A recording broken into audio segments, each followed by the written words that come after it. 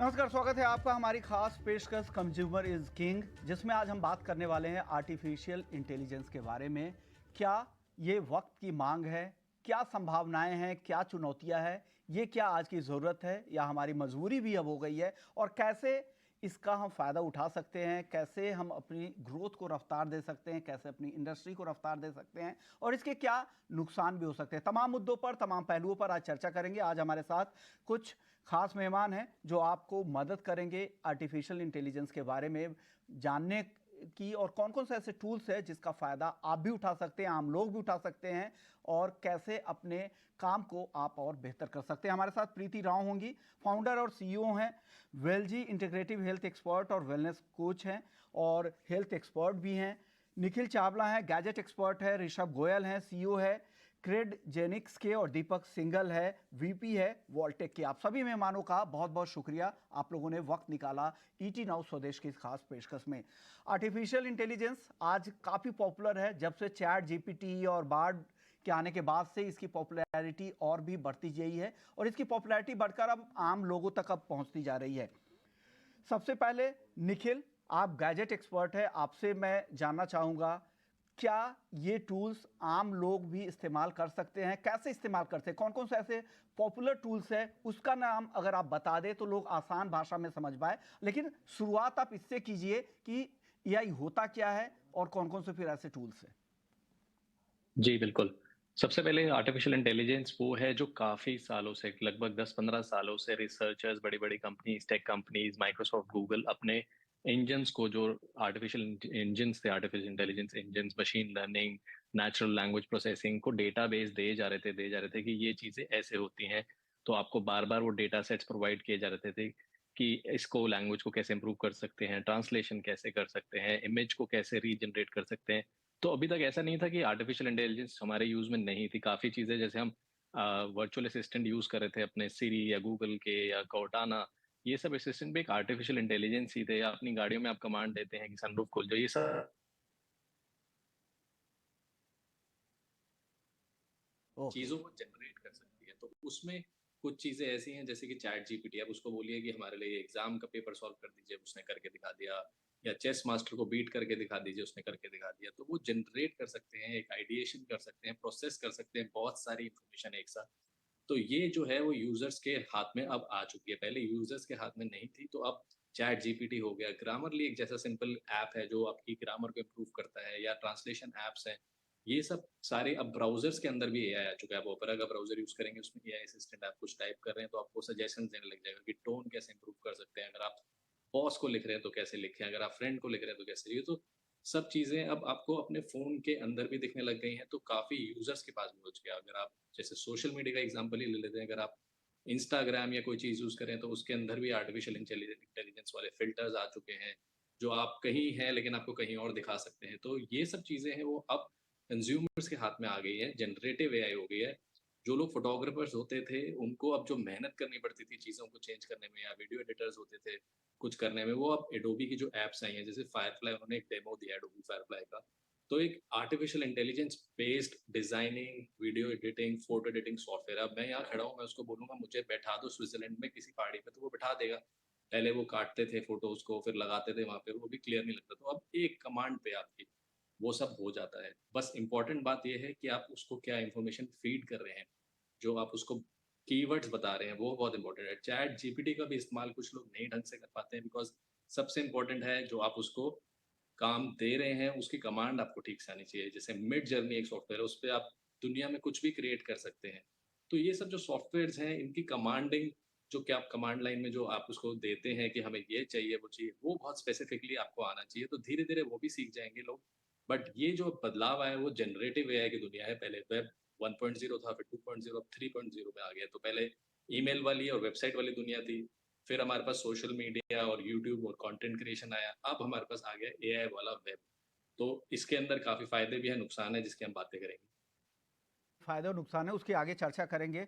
ऋषभ, आपको क्या लग रहा है कौन कौन से ऐसे टूल्स हैं जिसका फायदा नए जनरेशन्स को उठाना चाहिए, ताकि वो अपने काम को और बेहतर तरीके से कर सके, उसका फायदा उठा सके, उसके नुकसान को खत्म करके सिर्फ फायदे पर नजर रखे? तो ऐसे टूल्स आपकी कौन कौन सी पसंदीदा टूल्स हैं? तो देखिए, अगर हम फाइनेंशियल सर्विसेज इंडस्ट्री की बात करें, if we speak about financial services, तो वहां पर अगर आपको कहीं इन्वेस्ट करना है या आपको कहीं किसी भी चीज तरीके से इंडिया में आई थिंक लोन की बहुत बड़ी समस्या है कि जिनको लोन चाहिए गांव में या बहुत रूरल एरियाज में, वहां पर लोन नहीं मिल रहा है क्योंकि वहां पर लोग, बिकॉज अभी क्या होता है कि लोग अपने हिसाब से लोन देते हैं, अपनी जजमेंट यूज करके लोन देते हैं।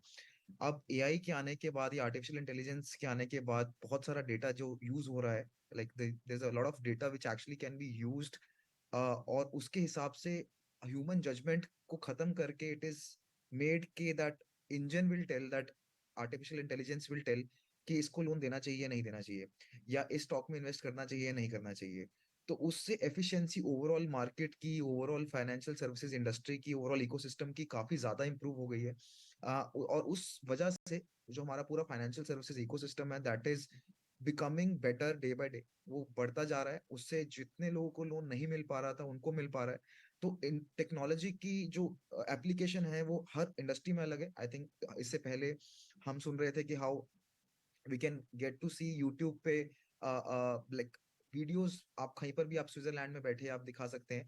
आई थिंक वो बहुत ज्यादा रिक्रिएशनल और मे बी क्रिएटिव एक्टिविटीज के हिसाब से है।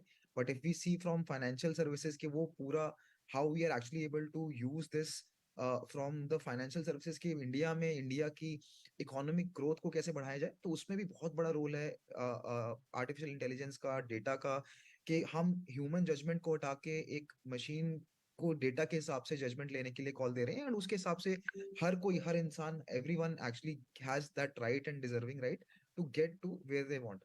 तो हम लाइक हमारे पर्सपेक्टिव से we are using this information and artificial intelligence to just improve this financial services ecosystem, whether it is investment or whether it is taking a loan.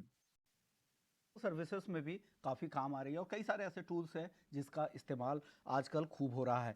अब बात करते हैं दीपक सिंघल साहब से। दीपक सिंघल, आपसे मेरा सवाल ये होगा, क्या लग रहा है आपको एआई के इस्तेमाल से क्या आने वाले समय में नौकरियों पर भी खतरा आपको लग रहा है? यहाँ पर क्या जो इंसानों की जो ज़रूरत होगी नौकरी में, वो आने वाले समय में कम हो सकती हैं क्या?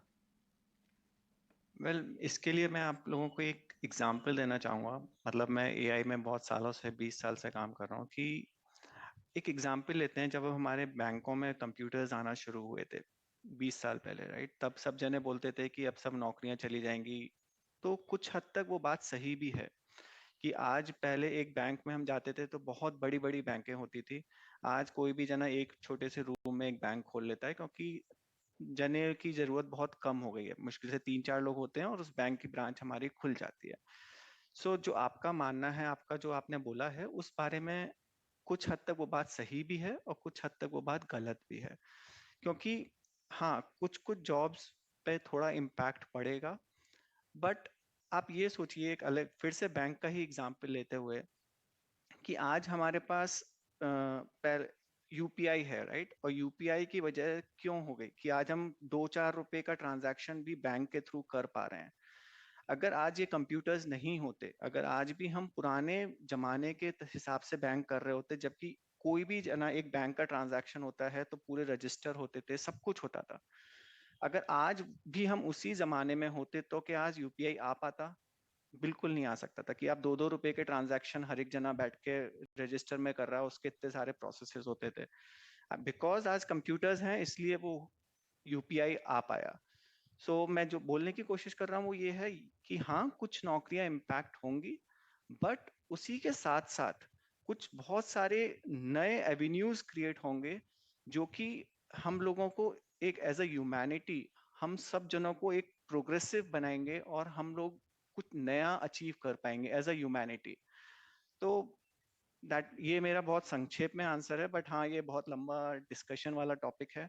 जैसे कि अभी उन्होंने एग्जांपल दिया एडोबे फायरफ्लाई का, कि अपन उसमें कुछ भी कर सकते हैं। आप उसमें फटाफट से कोई भी आप बैठा सकते हैं इंसान को स्विट्जरलैंड के अंदर, और आप फोटो बना सकते हैं। पहले ये सब वो एडिटर लोग, डिजाइनर्स लोग मैनुअली करते थे। ये बात बिल्कुल सच है। बट अब थिंक, तो उस तरह से हमारा काम कम हो गया।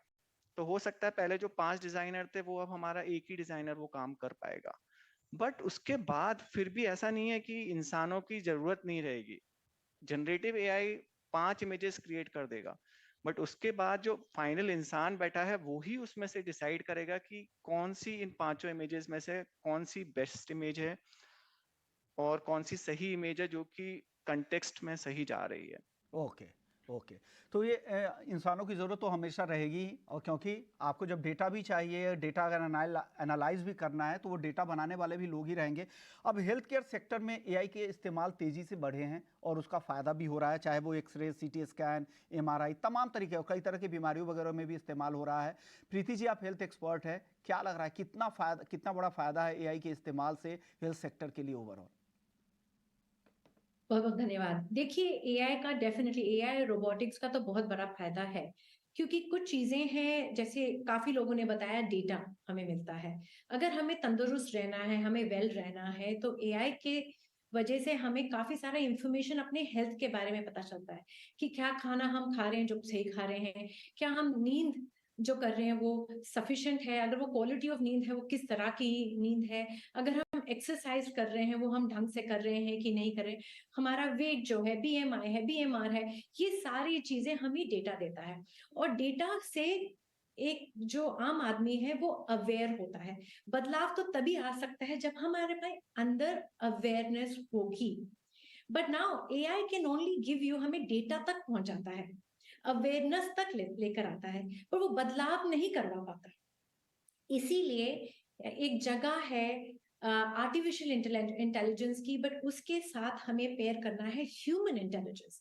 जब एआई और human intelligence, that means we will need, like we were talking about कि आगे किस तरह के जॉब्स आएंगे, मुझे लगता है कि खूब सारे ऐसे जॉब्स आएंगे जिसमें हमें एम्पैथी, कंपैशन, हमारी लिसनिंग करने की एबिलिटी, किसी के साथ एक रिलेशनशिप, एक बॉन्ड, ट्रस्ट बनाना, ये सारे ह्यूमन रिलेशन से जुड़े हुए खूब सारे जॉब्स आएंगे। स्पेशली जिस इंडस्ट्री में मैं हूँ, हेल्थ एंड वेलनेस कोचेस, और खूब सारे हेल्थ एंड वेलनेस एक्सपर्ट्स, क्योंकि ये क्लाइंट के साथ जुड़ते हैं, उनकी प्रॉब्लम समझते हैं, उनसे एक रैपो बनाते हैं और उनको एक सुझाव देते हैं और उनको गोल सेटिंग करवाते हैं और ट्रांसफॉर्मेशन तक लेकर जाते हैं। सो AI is really really good in information.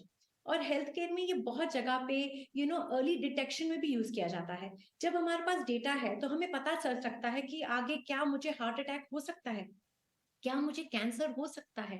कई बार मेमोग्राम में भी कई बार गलतियां होती हैं, अननेसेसरी बायोप्सीज होती हैं, बट एआई के वजह से ये अवॉइड किया जा सकता है और प्रिवेंटिव कोर्स में किसी को लेकर आया जा सकता है। एक बात रही अर्ली डिटेक्शन, दूसरी रही ट्रीटमेंट प्रोटोकॉल। जब हमारे पास अगेन इतना सारा डेटा आ गया, कस्टमर का, मतलब क्लाइंट का, पेशेंट का, हमारे पास डेटा आज का नहीं है, हमारे पास डेटा सिर्फ कल का नहीं है, हमारे पास डेटा कई सालों का है। तो जब हम देखते हैं तो हम प्रिडिक्टिव एनालिसिस कर सकते हैं उस पेशेंट के बारे में कि ये आगे क्या हो सकता है उनके साथ, और ये आज जो हो रहा है वो किस लिए हो रहा है, क्या वो उनके लाइफस्टाइल की वजह से हो रहा है, क्या वो एक एनवायरमेंटल फैक्टर्स की वजह से हो रहा है, क्या वो उनकी जेनेटिक कॉम्पोजिशन है उसके वजह से हो रहा है। सो खूब सारी चीजें हमें पता चलती है। एक और चीज मैं आपको बताती हूँ, एंड ऑफ लाइफ केयर। अब we are we're lucky where we have the largest population of youth, but anyways ये सारा यूथ ओल्ड होगा और हमारे पास काफी बड़ी एजिंग पॉपुलेशन है।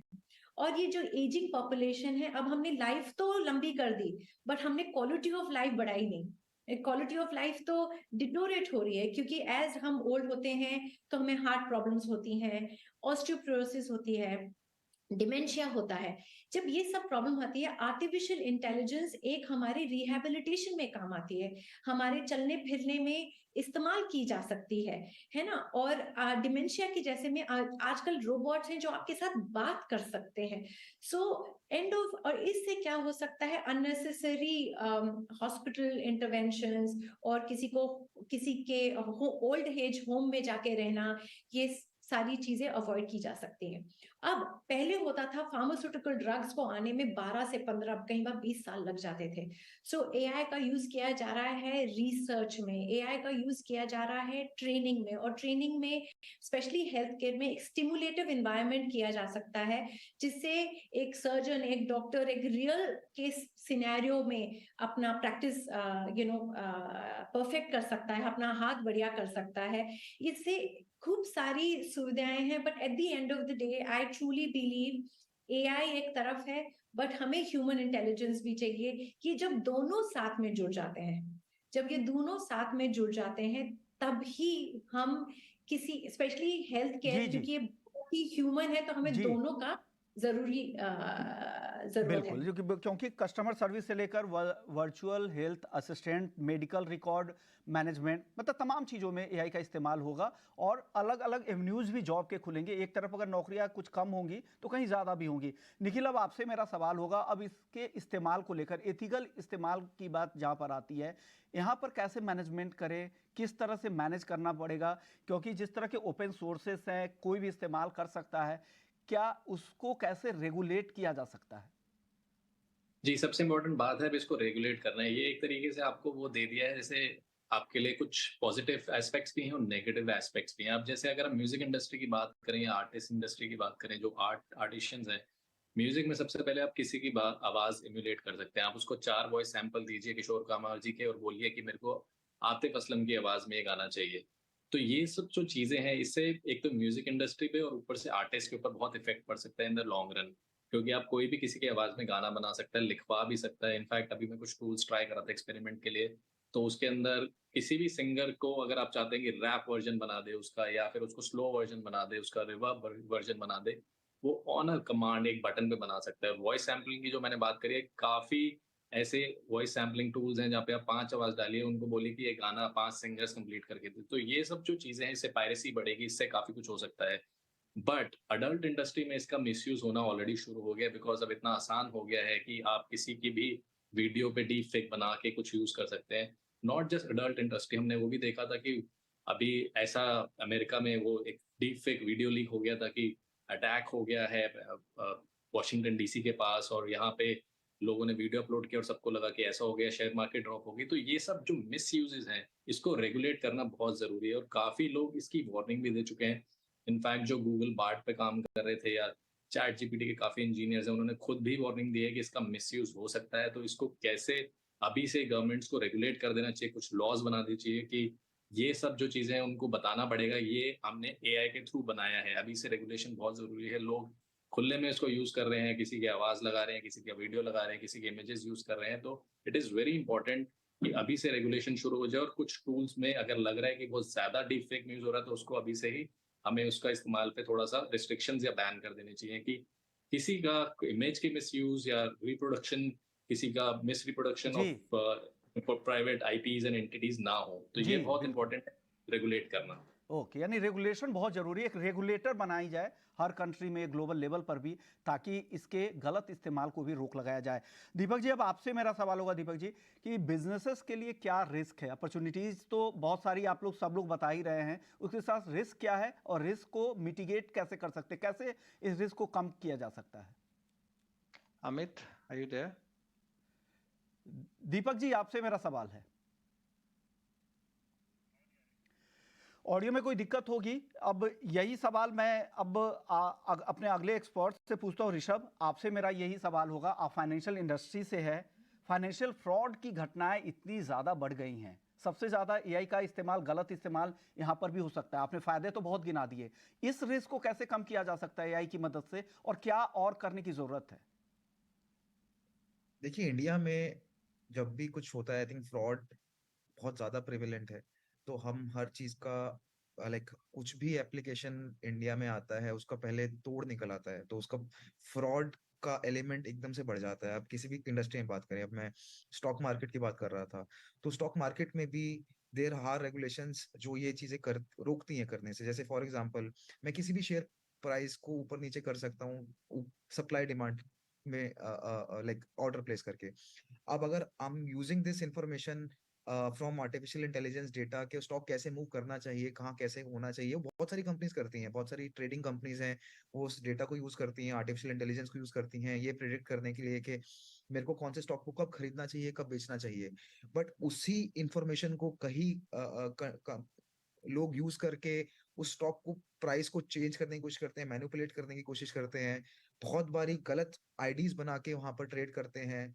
एक इंसान पे हर हर इंसान का एक पैन नंबर लिंक्ड है, बट इतने फेक पैन कार्ड्स क्रिएट होते हैं just to trade using that stock. तो आई थिंक ये बहुत सारी चीजें ऐसी हैं जो मिसयूज करी जाती हैं बिकॉज ऑफ टेक्नोलॉजी। तो इसको रोकने के लिए आई थिंक खुद ही एआई ही इज आल्सो द आंसर। तो ये जितने भी पैटर्न्स होते हैं फ्रॉड में, अब आप टेक्नोलॉजी को यूज करके फ्रॉड कर रहे हैं, बट एआई खुद ही सफिशिएंट होता है कि इन फ्रॉड्स को डिटेक्ट कर पाए।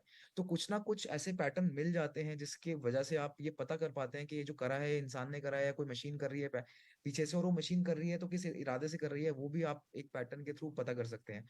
लोन लेते समय इतने फ्रॉड होते हैं, लोग के फेक पैन कार्ड होते हैं, लोगों के फेक आधार कार्ड होते हैं। तो वो कोई जज ही नहीं कर पाता कि वो एक्चुअली इंसान एग्जिस्ट भी करता है या नहीं करता, और वो लोन सैंक्शन हो जाता है और किसको गया कहाँ गया कुछ नहीं पता। तो from that perspective I think इस एआई का ये मिसयूज भी है। This is a misuse because I think हमें भी पता है कि वहां पर इंजन ऑटोमेटेड है, तो इसलिए आप ये सब चीजें कर दो। बट उसको रोकने के लिए खुद ही एआई के रिस्क इंजन इतने आ गए हैं कि अगर कोई टेक्नोलॉजी को यूज करके कोई फेक एप्लीकेशंस आ रही हैं तो उसको रोकने के लिए भी टेक्नोलॉजी का ही यूज हो रहा है।